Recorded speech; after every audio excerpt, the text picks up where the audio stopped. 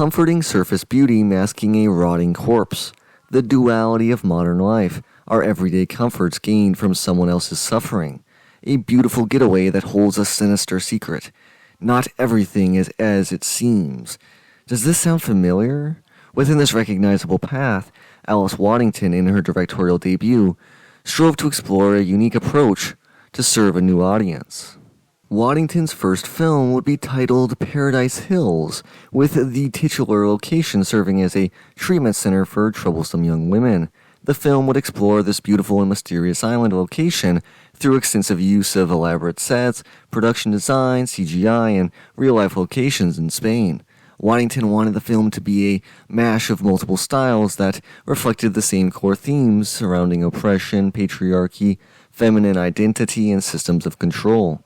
Not quite a panopticon, the island fuses different eras, showcasing ever-evolving methods of social control of women. Waddington and her team spoke about the number of influences and the approach to why those influences were used in interviews. In an interview with DailyDead.com, Waddington spoke on her strong direction of the costumes.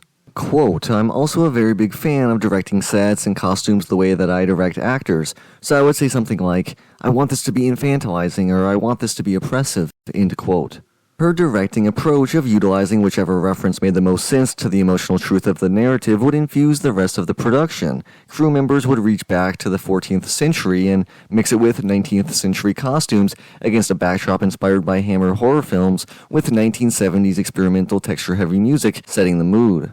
This melding of influences was inspired by the director's wide-ranging love of English-language films. She stated her love of Hammer horror, 1970s science fiction films, and modern major action-adventure fantasy films such as Lord of the Rings.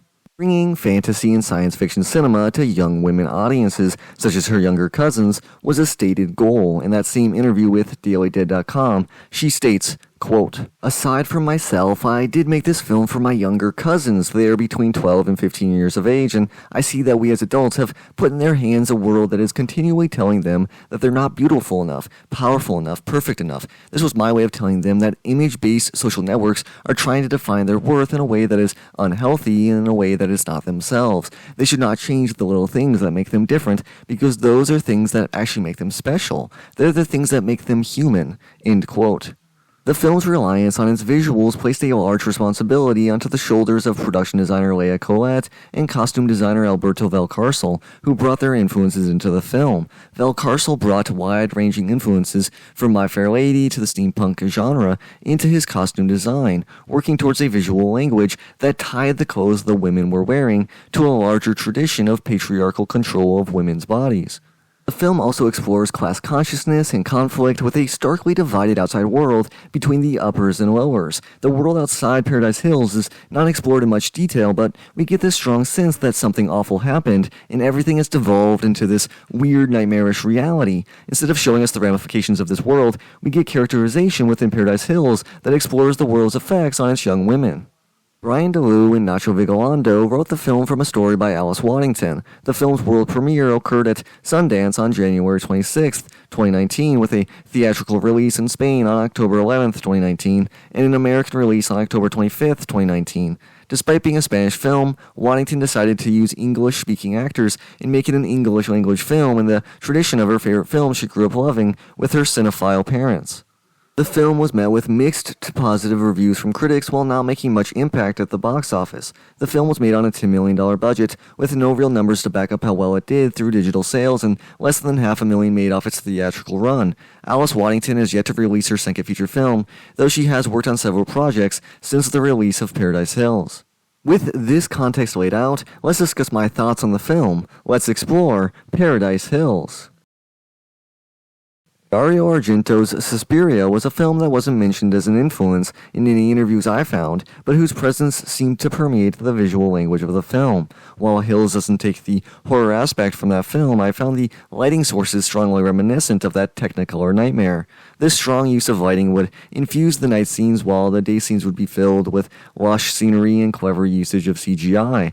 The visual effects never detract from the film, which is surprising for such a low budget, but it is a testament to the film's smart use of the technology. Moments here and there are obvious and weak CGI, particularly in the opening sequence at the wedding and in some ocean views, but overall the film incorporates it well. The production and costume design are immaculate, infusing a beautiful sense of style. The visuals are truly awesome and showcase a strong vision from Waddington and her team. The visuals received the most praise from critics and will be the film's calling card for years to come, as they truly make the most of its modest budget.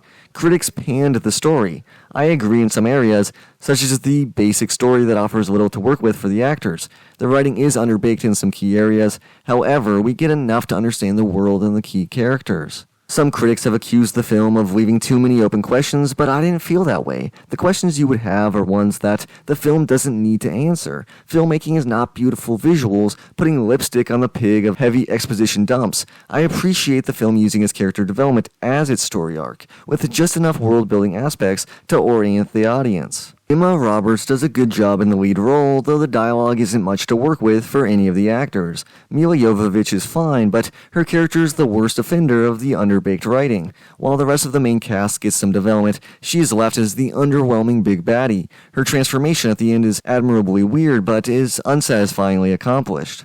The Duchess being an underbaked villain isn't a deadly sin, however, because the true evil force in the film is the broader societal pressures weighing down on the women.